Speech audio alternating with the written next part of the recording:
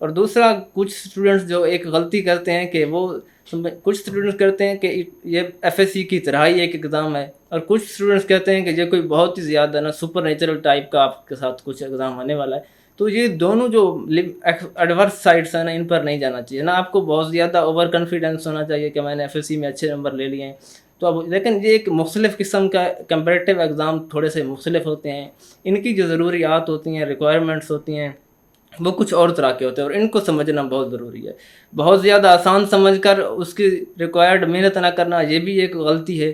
اور جو ہے نا بہت زیادہ اسٹریس لے لینا اور اپنے مطلب صلاحیتوں پر شک کرنے لگ جانا اس امتحان کے مقابلے میں، انفیریٹی کمپلیکس یا اس طرح کی چیزیں، تو وہ بھی جو ہے نا اس میں ایک بہت بڑی مشکل تھی. ایموشنل امبیلنس بھی بہت بڑا فیکٹر ہے، اور اس کو بیلنس رکھنا بھی آپ کے لیے اتنا ہی ضروری ہے جتنا آپ کو محنت کرنا. کنسیپٹ بلڈنگ دونوں طرح سے جب آپ مکمل طور پہ تیار ہوتے ہیں تو کامیابی جو ہے وہ آپ کے لیے آسان ہو جاتی ہے.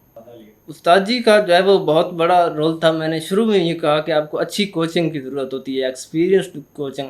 جب آپ کی ڈائریکشن صحیح ہو جاتی ہیں تو سب سے بڑا یہی ہوتا ہے کہ آپ کی ڈائریکشن صحیح ہو. جب آپ کو ایک راستہ صحیح مل جاتا ہے، آپ کے پاس نقشہ صحیح ہوتا ہے، تو اس پر ایک مضبوط عمارت آپ بنا سکتے ہیں. استاد جی کا بہت بڑا کردار ہے، اور میرے اس سفر میں ایک بہت بڑی تبدیلی آئی ہے مطلب، اور اس میں جو ہے وہ استاد جی کا بہت بڑا کردار ہے. اور ان کی محنت، ان کا تجربہ، وہ ساری چیزیں، ان کی موٹیویشن، یہ ساری گائیڈ لائنز، یہ چیزیں تھی کہ مطلب الحمدللہ میں نے اپنے ایک فیلئر کو ایک اچیومنٹس میں تبدیل کیا ہے الحمدللہ اللہ تعالیٰ کے کرم سے. اور استاد جی کا ساتھ تھا کہ میں زندگی میں یہاں تک پہنچا ہوں. اتنا بڑا مشکل امتحان تھا، اس میں ان کے ساتھ نے، ان کی محنت نے واقعی مجھے یہاں تک پہنچنے میں ایک بہت بڑا راستہ فراہم کیا. ایک میرا کندھے پہ تھاما، اور اس کے بعد الحمدللہ میں آج یہاں ہوں. صحیح ہو گیا. اچھا بچے، آپ یہ بتاؤ کہ آپ کے ریویژن کے بارے میں کیا ریویوز ہیں؟ مطلب بچوں کو کس طرح سے ریویژن کرنی چاہیے، اور جس سے ان کی جو ہے وہ تیاری جو ہے وہ بہتر ہو سکے، اور کس طرح سے وہ اپنا جو لاسٹ منتھ یا لاسٹ ویک یا جو ٹائم ایکسٹینڈ ہوتا ہے اس کو یوٹیلائز کر سکیں. ایزیلی ریزالو کرنا، یہ تو ایک تو یہ ہے کہ وہی میں نے کہا کہ آپ اپنے امتحان کو سمجھیں. آپ کے امتحان میں ایک بہت سا حصہ چنک ہوتا ہے، حصہ ہوتا ہے ایک انٹرمیڈیٹ اور ایک ایزی کویسچن. جو آپ کی ڈویژنز ہے اس کو اگر آپ دیکھیں تو اس کو بہت زیادہ مشکل نہیں بنانا چاہیے. بچے جب وہ مشکل کی تیاری میں لگے رہتے ہیں، اور اس دوران ہوتا یہ ہے کہ وہ اپنی بیسک سے بہت دور چلے جاتے ہیں. سب سے پہلے آپ کو اپنی بیسکس پہ توجہ دینی چاہیے. بڑے بڑے امتحانات، مشکل امتحانات، یہی ہوتا ہے کہ اسٹوڈنٹ جو ہے وہ ڈیفیکلٹ پہ توجہ دیتا ہے، اس کی ساری توجہ وہیں پہ مرکوز ہو جاتی ہے. لیکن جو بیسکس ہیں اس میں وہی غلطی کرتا ہے کہ آسان اسٹوڈنٹس کو یہی ہوتا ہے کہ پھر آسان ایم سی کیو غلط ہو گیا. آسان ایم سی کیو تو غلط ہونے کی وجہ ہی یہی ہے کہ اب اپنی مشکل کو حل کر، سوالات کو حل کرتے کرتے وہ بیسک پہ توجہ ہی نہیں دیتا. یہی جو وقت کی تقسیم ہے، مطلب وہی جو میں بات پہلے بھی کر رہا تھا کہ آپ کو کیا پڑھنا ہے اور کیسے پڑھنا ہے، یہ آپ کو کسی بھی پوائنٹ پہ نہیں بھولنا چاہیے.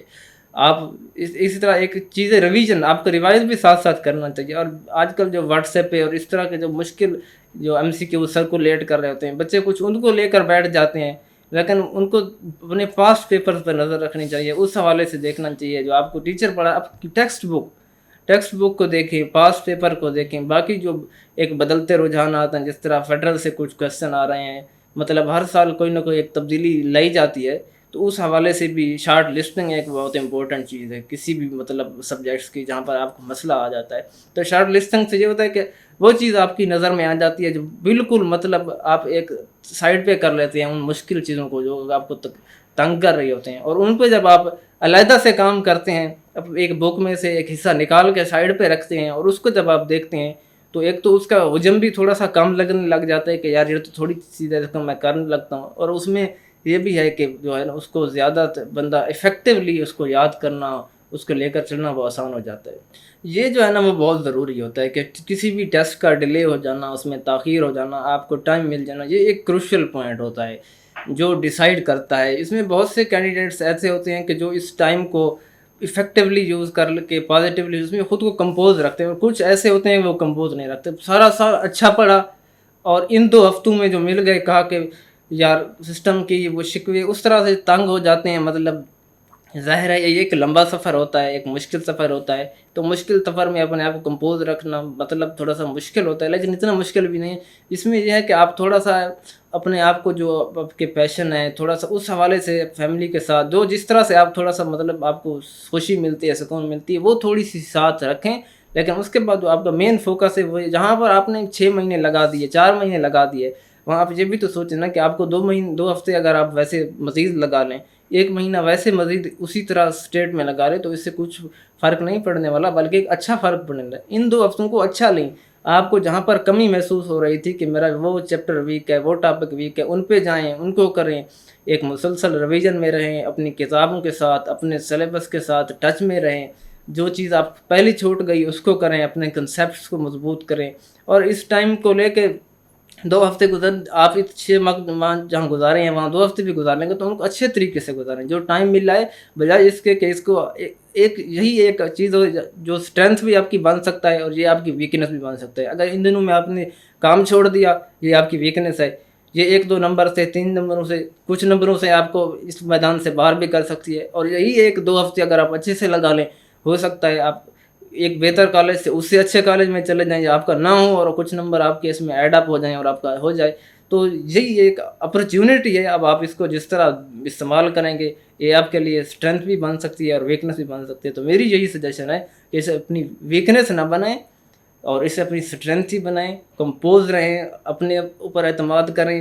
اگر اللہ تعالیٰ کی طرف سے یہ ہوا ہے تو کچھ آپ کی بہتری کے لیے ہوا ہے نا، آپ کو وقت مل رہا ہے۔ تو اسی میں ہوتا ہے کہ بہت سے اسٹوڈنٹس پہلے جو ہے وہ ان کے کمیاں رہ جاتی ہیں، لیکن وہ آخری وقت کو اتنا اچھا استعمال کرتے ہیں کہ وہ اچھے اچھے رینکس، اچھے اچھے کالجز میں جا کر جو ہے وہ اپنا جو ہے ایڈمیشن سکور کر لیتے ہیں۔ تو آپ سے بھی میری یہی گزارش ہے کہ اپنے آپ کو جو ہے وہ کمپوز رکھیں، فوکسڈ رہیں، فوکس رہنا بہت ضروری ہے۔ ہو سکتا ہے آپ تھوڑا بہت پڑھائی میں اوپر نیچے ہو جاتا ہے بندہ، لیکن فوکس تو رہیں، آپ اپنی طرف سے اسٹرگل کرتے رہیں، کوئٹ نہیں کرنا، گیو اپ نہیں کرنا، کبھی بھی موٹیویٹ رہنا ہے۔ آپ نے ایک سفر شروع کیا ہے، اس پہ آپ نے انویسٹ کیا ہے، اپنا ٹائم انویسٹ کیا ہے، اپنی محنت لگائی ہے، آپ کی توقعات ہیں، آپ کے والدین کی توقعات ہیں، آپ کے ٹیچرز کا اتنا کام ہوا پڑا ہے، آپ کا ہوا پڑا ہے، تو ان 2 ہفتوں میں کسی کوتاہی کی وجہ سے، کسی کمی کی وجہ سے گیو اپ کر کے، تھوڑا حوصلہ ہار کے، تو اس چیز کو ضائع کرنے سے اللہ تعالیٰ، میں کہتا ہوں کہ آپ کو محفوظ رکھے ضائع کرنے سے، اور آپ بھی جو ہے اس پر دھیان دیں کہ یہ چیز ضائع نہیں ہونی چاہیے۔ جی بچے، یہ تھے آج کے ہمارے گیسٹ، اور آئی ہوپ ان کی باتوں نے آپ کو موٹیویٹ کیا ہوگا، اور آپ کے لیے جو ہے وہ ایک نیا جذبہ پیدا ہوا ہوگا کہ آپ بھی اپنی پریپریشن جو ہے اس کو بہتر طریقے سے کر سکیں۔ Wish you very best of luck students. اللہ تعالیٰ آپ سب کے لیے آسانیاں کرے، آپ سب کو جو ہے وہ جو آپ کی خواہشات ہیں، نیک جائز خواہشات ہیں، ان کو پورا کریں۔ اسی دعا کے ساتھ بچوں، آج کی یہ جو نشست ہے یہ اپنے اختتام پر پہنچتی ہے۔ اللہ حافظ۔